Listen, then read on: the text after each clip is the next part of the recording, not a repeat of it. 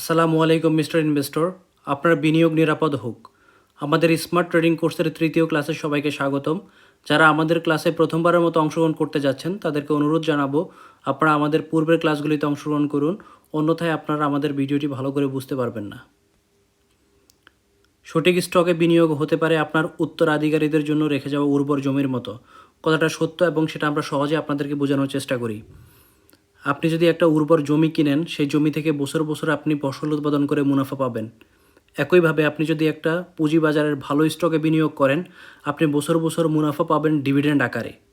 একটা উর্বর জমির দাম দিন দিন বৃদ্ধি পাবে, ঠিক তেমনি একটা স্টকের দাম দিন দিন বৃদ্ধি পাবে। একটা উর্বর জমি চাইলে আপনি আপনার উত্তরাধিকারীদেরকে, আপনার ছেলে মেয়ে এবং নাতিদেরকে দিয়ে যেতে পারেন। ঠিক তেমনি একটা ভালো স্টকে যদি আপনি বিনিয়োগ করতে পারেন, আপনি 30 বছর 50 বছর পর্যন্ত এই স্টক থেকে নিজে মুনাফা ভোগ করতে পারবেন এবং উত্তরাধিকারীদেরকে আপনি এই স্টক দিয়ে যেতে পারবেন। পুঁজিবাজারে এমন অনেক পোর্টফোলিও আছে যেগুলির মধ্যে তাদের দাদার কেনা স্টক এখনও বর্তমান আছে। সো পুঁজিবাজারে বিনিয়োগ করতে গেলে যদি আমরা বুঝে শুনে বিনিয়োগ করতে পারি, তাহলে সেটা একটা উর্বর জমির মতো আমাদের জন্য একটা সময় উত্তরাধিকারীরা সেটা ভোগ করতে পারবে। Important things for fundamental stock. একটা ফান্ডামেন্টাল স্টক চেনার জন্য কিছু ইম্পর্ট্যান্ট বিষয় আছে। তার মধ্যে একটা হচ্ছে, কোনো একটা ফান্ডামেন্টাল স্টকে যদি ফরেন ইনভেস্টমেন্ট থাকে, এটাকে আমরা খুব পজিটিভলি নিব। তো আমরা দেখার চেষ্টা করি, আমরা আজকে আমাদের এই পুরো ভিডিওতে ব্র্যাক ব্যাংক নিয়ে এক্সাম্পল হিসেবে, উদাহরণ হিসেবে আমরা আলোচনা করব। আমরা দেখি ব্র্যাক ব্যাংকে কোনো ধরনের ফরেন ইনভেস্টমেন্ট আছে কিনা। আমরা দেখতে পাচ্ছি ব্র্যাক ব্যাংকে ফরেন ইনভেস্টমেন্ট আছে। অডিট ফার্ম, এটা খুবই ইম্পর্টেন্ট বিষয়, কারণ আমরা পুঁজিবাজারে বিনিয়োগ করার ক্ষেত্রে প্রায় 80% তথ্য আমরা যেটা কোম্পানি স্টাবলিশড করবে তার উপর নির্ভর করে আমাদেরকে সিদ্ধান্ত নিতে হবে। সেই জন্য যেই কোম্পানির স্টক আমরা পারচেস করব, সেই কোম্পানির অডিট ফার্ম কারা ছিল সেটা আমাদের জানা খুবই গুরুত্বপূর্ণ। তো যদি ভালো মানের একটা অডিট ফার্ম ওই কোম্পানিকে ইনভেস্টিগেশন করে থাকে, তাহলে সেই ক্ষেত্রে সিদ্ধান্ত নিতে আমাদের জন্য সহজ হয়। তো এটা বোঝার জন্য আমরা চ্যাট জিপিটিতে গিয়ে আমরা চ্যাট জিপিটিকে জিজ্ঞেস করব ব্র্যাক ব্যাংককে কারা অডিট করে থাকে। খুব সহজে আমরা চ্যাট জিপিটিকে যদি জিজ্ঞেস করি ব্র্যাক ব্যাংকে কারা অডিট করে থাকে, চ্যাট জিটিপি আমাদেরকে সহজে উত্তর দিয়ে দেবে। আমরা এখানে দেখতে পাচ্ছি ব্র্যাক ব্যাংকের অডিটর হচ্ছে এ কাসেম। আমরা যেটা জানি, এ কাসেম একটা রিনাউন্ড অডিট ফার্ম। যদি তাদের কোনো ধরনের ভুল ত্রুটি থাকে, সেক্ষেত্রে অথরিটি এই বিষয়গুলি ইনভেস্টিগেশন করবে। তবে আমাদের দায়িত্ব হচ্ছে, আমি যেই একটা স্টক পারচেস করব দীর্ঘমেয়াদে 2 বছর 4 বছর 10 বছর 20 বছরের জন্য, সেই ক্ষেত্রে ওই কোম্পানিটাতে কারা অডিট করছে সেটা অন্তত যাতে ভালো মানের একটা অডিট ফার্ম হয়, সেটা নিশ্চিত করেই আমরা কোম্পানির স্টক আমরা পারচেস করব। তারপর একটা দেখার বিষয় আছে গভর্নমেন্ট ইনভেস্টমেন্ট আছে কি না, ইনস্টিটিউশনাল ইনভেস্টমেন্ট আছে কি না। কারণ যখন কোনো একটা কোম্পানিতে ফরেন ইনভেস্টমেন্ট থাকে, গভর্নমেন্ট ইনভেস্টমেন্ট থাকে, ইনস্টিটিউশনাল ইনভেস্টমেন্ট থাকে, তখন আমরা একটা কোম্পানির উপর আমাদের কনফিডেন্ট আরও বেশি থাকবে। আমরা স্টক নাও অ্যাপসটাতে গিয়ে দেখতে পাচ্ছি ব্র্যাক ব্যাংকের ডিরেক্টরদের শেয়ার 46.17। গভর্নমেন্ট ইনভেস্টমেন্ট নেই ব্র্যাক ব্যাংকে। ইনস্টিটিউশনাল ইনভেস্টমেন্ট আছে 12.9, ফরেন ইনভেস্টমেন্ট আছে 36.6 এবং পাবলিক ইনভেস্টমেন্ট আছে 5.68। নর্মালি বড় কোম্পানিগুলিতে, ভালো ফান্ডামেন্টাল কোম্পানিগুলিতে পাবলিক ইনভেস্টমেন্ট সবসময় কম থাকে। আর ফান্ডামেন্টাল কোম্পানির কিছু বিষয় আছে, এই কোম্পানির paid up capital, authorize capital অনেক বেশি হয়ে থাকে। যেমন পেইড আপ ক্যাপিটাল 1991 কোটি টাকা, মার্কেট ক্যাপিটাল 14,633 কোটি টাকা। মানে এই কোম্পানির সাইজ অনেক বড় হয়ে থাকে, কারণ এই কোম্পানির প্রাইস উঠানামা করার ক্ষেত্রে ন্যাচারাল প্রক্রিয়ার বাইরে এই কোম্পানির প্রাইস উঠানামা তেমন একটা হয় না। হোয়াট ইজ ফান্ডামেন্টাল স্টক, এই স্লাইডটা নিয়ে আমরা আমাদের দ্বিতীয় ক্লাসে বিস্তারিত আলোচনা করেছি। আপনারা যদি বিস্তারিত কেউ জানতে চান, তারা আমাদের দ্বিতীয় ক্লাসটি দেখতে পারেন। আমি সংক্ষেপে আজকে আলোচনা করে যাচ্ছি। একটা ফান্ডামেন্টাল স্টক নির্ধারণের ক্ষেত্রে আমরা যে বিষয়গুলি দেখব সেটা ইপিএস, আর্নিং পার শেয়ার। আর্নিং পার শেয়ারটা হচ্ছে একটা স্টক কেনার পরে ওই শেয়ারের থেকে কি পরিমাণ মুনাফা পাওয়া যায়। রেভিনিউ গ্রোথ, রেভিনিউ গ্রোথ বলতে বোঝায় ওই কোম্পানির সাস্টেনেবল রেভিনিউ গ্রোথ হয় কি না। ডেবিট অ্যান্ড লিকুইডিটি, ওই কোম্পানির লোন এবং ক্যাশ কেমন আছে, সেটার ব্যালেন্স কেমন। ডিভিডেন্ড পলিসি, ওই কোম্পানি সময় মতো ডিভিডেন্ড ঘোষণা করে কিনা, সময় মতো ডিভিডেন্ড বিনিয়োগকারীদের মধ্যে বন্টন করে কিনা। পিই রেশিও, ওই কোম্পানিতে বিনিয়োগ করে 1 টাকা মুনাফা করার জন্য কত টাকা বিনিয়োগ করতে হবে, এটাকে আমরা পি রেশিও বলি।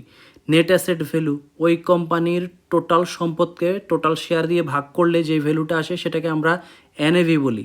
ইন্ডাস্ট্রি এবং মার্কেট পজিশন, আপনি যেই কোম্পানির স্টকটা পারচেস করতে যাচ্ছেন সেই কোম্পানি কোন ইন্ডাস্ট্রির এবং সেই কোম্পানির মার্কেট পজিশন কি, সে কি মার্কেট লিডার নাকি মার্কেটে তার পজিশন কতটুকু সে হোল্ড করে আছে। ম্যানেজমেন্ট এবং গভর্নেন্সি, ওই কোম্পানির যে বোর্ড অফ ডিরেক্টর আছে তাদের লিডারশিপ স্কিল কেমন, তারা মেমোরেন্ডাম অফ আর্টিকেল মেনে বিজনেস করে কিনা, বাংলাদেশ সরকারের রুলস রেগুলেশন মেনে বিজনেস করে কিনা, এই বিষয়গুলি আমরা খেয়াল রাখব। এই তথ্যগুলি আমরা অ্যানালাইসিস করার জন্য আমরা আমার স্টক অ্যাপসটিতে যাচ্ছি। আমরা আমাদের দ্বিতীয় ক্লাসে বলেছিলাম আপনি যদি একজন সুদক্ষ বিনিয়োগকারী হতে চান তাহলে আপনাকে কিছু অ্যাপসের সহযোগিতা নিতে হবে বর্তমানে স্মার্ট যুগে। সেই অ্যাপসগুলি আমার স্ক্রিনে আপনারা দেখতে পাচ্ছেন। এর বাইরে আরও অনেক ধরনের ভালো ভালো অ্যাপস এবং ওয়েবসাইট আছে, সেগুলো থেকেও আপনারা তথ্য সংগ্রহ করতে পারেন। আমি মূলত এই 8টা জিনিস দেখার জন্য আমার স্টক অ্যাপসটিতে আমি যাচ্ছি। ওইখানে আমরা যেহেতু আজকে সারাদিন ব্র্যাক ব্যাংক নিয়ে আলোচনা করব, ব্র্যাক ব্যাংকের আমরা পি রেশিও দেখতে পাচ্ছি 10.558। এটা যদি 15-এর কাছাকাছি থাকলে ভালো, তার মানে আপনি 10.58 টাকা বিনিয়োগ করে 1 টাকা প্রফিট করতে পারবেন। ইপিএস একটা স্টকের এগেনস্টে 6.95 টাকা ইপিএস পাওয়া যাবে। Dividend yield 2.55। আমরা দেখতে পাচ্ছি গত 4 বছর থেকে তারা কন্টিনিউয়াসলি ভালো ডিভিডেন্ড দিয়ে যাচ্ছে। আমরা তাদের ক্যাশ ফ্লো দেখতে পাচ্ছি positive. Profit and loss continuously তারা প্রফিট করে যাচ্ছে। ব্যালেন্স শিট সব কিছু ক্লিয়ার। ডিভিডেন্ড হিস্ট্রিও তাদের অনেক ভালো। এই ক্ষেত্রে আমরা যখন একটা কোম্পানিকে অ্যানালাইসিস করব, আমরা তার এই 8টা বিষয় ভালো করে দেখে আমরা সিদ্ধান্ত নেব। ফান্ডামেন্টাল অ্যানালাইসিস আমরা স্টক নাও অ্যাপস থেকে দেখার চেষ্টা করব। যেই অ্যাপস থেকে আপনি চাইলে একটা অ্যাপস থেকে সব ধরনের তথ্য নিতে পারেন, তবে এই বিভিন্ন ধরনের অ্যাপস থেকে বিভিন্ন ধরনের তথ্য আসলে দেখে খুব ভালোভাবে বোঝা যায়। এবার আমরা কিছু ফান্ডামেন্টাল কোম্পানি কেমন হয় সেটা আমরা আলোচনা করার চেষ্টা করি। নর্মালি পুঁজিবাজারে এই মুহূর্তে প্রায় 442টা কোম্পানি রেজিস্টার্ড আছে। এই 442টা কোম্পানির মধ্যে যেই কোম্পানিগুলি এ ক্যাটাগরি তারা নিয়মিত ডিভিডেন্ড প্রদান করে থাকে, আর বেশিরভাগ ফান্ডামেন্টাল কোম্পানি এ ক্যাটাগরির হয়ে থাকে। মাঝে মধ্যে কোনো এক নির্দিষ্ট কারণে হয়তো ক্যাটাগরি চেঞ্জ হইতে পারে, কিন্তু বেশিরভাগ ফান্ডামেন্টাল কোম্পানি এ ক্যাটাগরির হয়ে থাকে এবং এদের পরিবর্তন খুব কম হয়ে থাকে। আমি কিছু এ ক্যাটাগরির কোম্পানি এবং ফান্ডামেন্টাল কোম্পানির লিস্ট আপনাদের সামনে তুলে ধরি। Fundamental stock: BATBC, BRAC Bank, BSC, City Bank, EBL, Square Knitwear, GP, IDLC, Islami Bank, Jamuna Oil, Linde BD, Marico, MGL BD, ম্যাগনা Petroleum, Padma Oil, Reckitt Benckiser, Square Textile, Square Pharma, Unilever, Walton. এখানে প্রায় 20টা স্টক আমি সিলেক্ট করে রেখেছি। এই স্টকগুলি আপনারা কীভাবে সিলেক্ট করবেন? ওই যে এই 8টা বিষয়ের উপর নির্ভর করে আমরা সিলেক্ট করব। যার ইপিএস বেশি, যার রেভিনিউ গ্রোথ ভালো, যার ডেবিট এবং লিকুইডিটির ব্যালেন্স ভালো, ডিভিডেন্ড পলিসি ভালো, পি ভালো, নেট অ্যাসেট ভালো, ইন্ডাস্ট্রি এবং মার্কেট পজিশন ভালো, ম্যানেজমেন্ট এবং গভর্নেন্সি ভালো, তার উপর ভিত্তি করে আমরা এই কোম্পানিগুলিকে আমরা নির্ধারণ করব। এই কোম্পানিগুলি এ ক্যাটাগরির হয়ে থাকে। এই ফান্ডামেন্টাল কোম্পানিগুলিতে আপনি চাইলে এইসব কোম্পানিতে 10 বছর 20 বছরের জন্য বিনিয়োগ করতে পারেন। এই কোম্পানিগুলি থেকে আপনি নির্দিষ্ট সময় ডিভিডেন্ড আকারে মুনাফা পাবেন। ওই মুনাফা যে কোনো ধরনের ব্যাংক ডিপোজিট, সঞ্চয়পত্র, বিল বন্ডের চাইতে অনেক বেশি রিটার্ন আপনাকে দিবে। আমরা ব্র্যাক ব্যাংককে উদাহরণ হিসাবে আপনাদেরকে বোঝানোর চেষ্টা করছি। একটা ফান্ডামেন্টাল কোম্পানিতে বিনিয়োগ করে, দীর্ঘদিন বিনিয়োগ করে যে অনেক বেশি লাভবান হওয়া যায়, সেটা ব্যাংক সঞ্চয়পত্র ডিভিডেন্ডের চাইতে কয়েক গুণ বেশি, সেটা আমরা বোঝানোর চেষ্টা করছি। আজকে আমরা বোঝানোর সুবিধার্থে আমরা উদাহরণ হিসাবে আজকে ব্র্যাক ব্যাংক পিএলসিকে অ্যানালাইসিস করব, যে একজন সাধারণ বিনিয়োগকারী যদি ব্র্যাক ব্যাংকে বিনিয়োগ করে দীর্ঘ সময়ের জন্য তার মুনাফা অথবা লস কেমন হবে সেটা নিয়ে আলোচনা করব। উদাহরণ হিসাবে আমরা ব্র্যাক ব্যাংক পিএলসি নিয়ে আজকে আলোচনা করব। একজন সাধারণ বিনিয়োগকারী দীর্ঘ সময়ের জন্য বিনিয়োগ করলে কী পরিমাণ মুনাফা করতে পারবে সেটা বোঝানোর চেষ্টা করছি। ব্র্যাক ব্যাংক পিএলসি একটি এ ক্যাটাগরির কোম্পানি। আমরা দেখতে পাচ্ছি 3 বছর আগে ব্র্যাক ব্যাংকের স্টক ভ্যালু ছিল 26.10 টাকা। কোনো একজন বিনিয়োগকারী যদি ওই সময় 10 লাখ টাকার শেয়ার পারচেস করতো ব্র্যাক ব্যাংকের, তাহলে তিনি 38,314টা শেয়ার কিনতে পারতেন। তার ভ্যালু এই 38,314টা স্টকের ভ্যালু হতো 10 লাখ টাকা।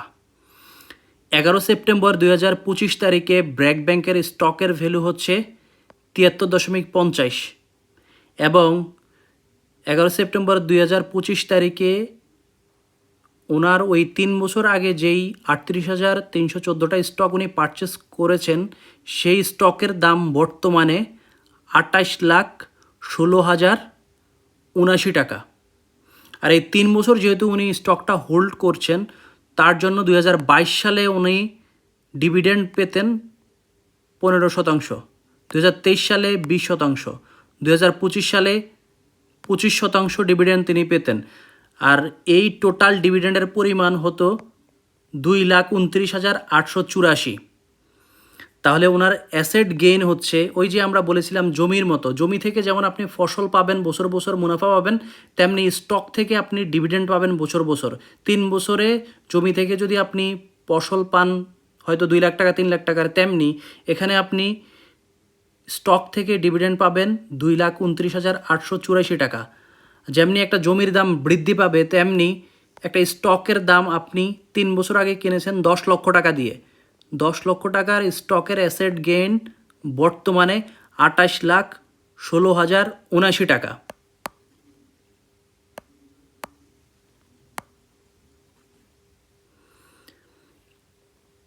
তাহলে আমরা বলতে পারি কোনো একজন ব্যক্তি যদি 3 বছর আগে ব্র্যাক ব্যাংকের 10 লাখ টাকার স্টক পারচেস করত, আজকে তিনি ডিভিডেন্ড এবং অ্যাসেট সহ টোটাল অ্যাসেট ওনার কাছে থাকতো 30,45,000 টাকা।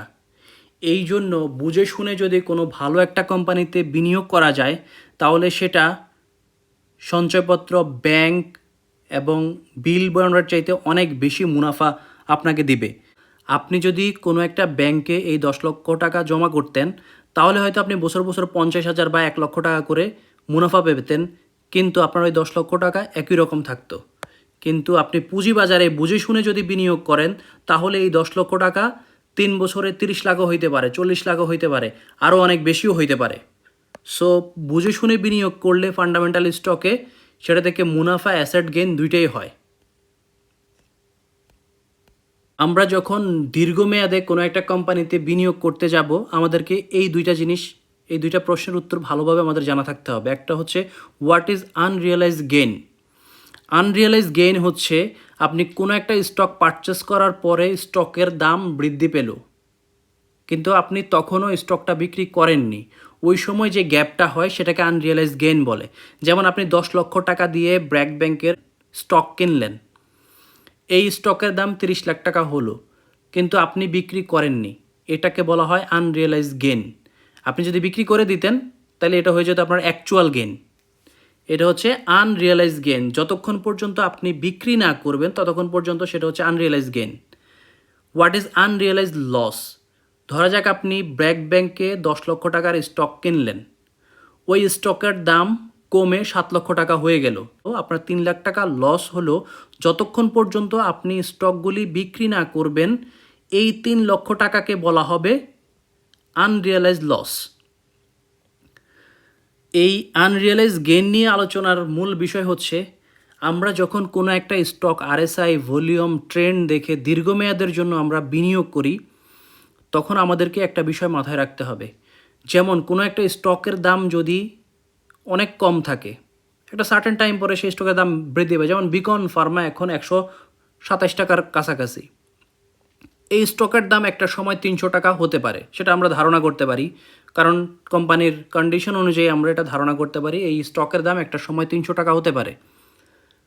যদি কোনো কারণে এই স্টকের দাম 300 টাকার জায়গায় 3,000 টাকা হয়ে যায়, আপনি 10 লাখ টাকা বিনিয়োগ করলেন, আপনার অ্যাসেট গেইন হয়ে গেল 90 লক্ষ টাকা। আপনি এই স্টকের দাম 300 টাকা হওয়া উচিত, কিন্তু হয়ে গেল 3,000 টাকা। ওই সিচুয়েশনে আপনার উচিত হবে ওই স্টকটা সেল করে অপেক্ষা করা, মানে আনরিয়েলাইজ গেইনকে অ্যাকচুয়াল গেইনে কনভার্ট করে আপনাকে অপেক্ষা করা। আবার ওই স্টকের দাম যদি কমে যায় কখনো, তখন আবার বিক্রি করা। এটা হচ্ছে বুদ্ধিমানের কাজ। এই জন্য পুঁজিবাজারে দেখবেন অনেকে অনেক প্রফিট করে, অনেক মুনাফা করে, কিন্তু সেই মুনাফা তারা ক্যাশ করতে পারে না, কারণ তারা মনে করে আরও বেশি বৃদ্ধি পাবে। তো একটা নির্দিষ্ট সীমা অতিক্রম করার পরে আপনি সেটাকে ক্যাশ করে অ্যাকচুয়াল গেইনে আপনি কনভার্ট করতে পারেন। যারা আমাদের দ্বিতীয় ক্লাসে অংশগ্রহণ করেছেন তারা খুব ভালো করে জানেন এই 3টা প্রশ্নের উত্তর। এই প্রশ্নের উত্তরগুলি আপনার ভবিষ্যতে অনেক বেশি কাজে লাগবে। আমরা চাই আপনি আমাদের এই প্রশ্নের উত্তরগুলি আমাদের কমেন্ট বক্সে জানান। What is EPS, what is NAV, what is swing trade. এই 3টা কোশ্চেনের উত্তর আপনাদের জন্য হোমওয়ার্ক থাকলো, আপনারা সেটা আমাদের কমেন্ট বক্সে জানাবেন। এর বাইরেও যদি আপনাদের কোনো কোশ্চেন থাকে আমাদেরকে জানাবেন, আমরা সর্বাত্মক চেষ্টা করব আপনাদেরকে সেই সব প্রশ্নের উত্তর দেওয়ার জন্য। ধন্যবাদ।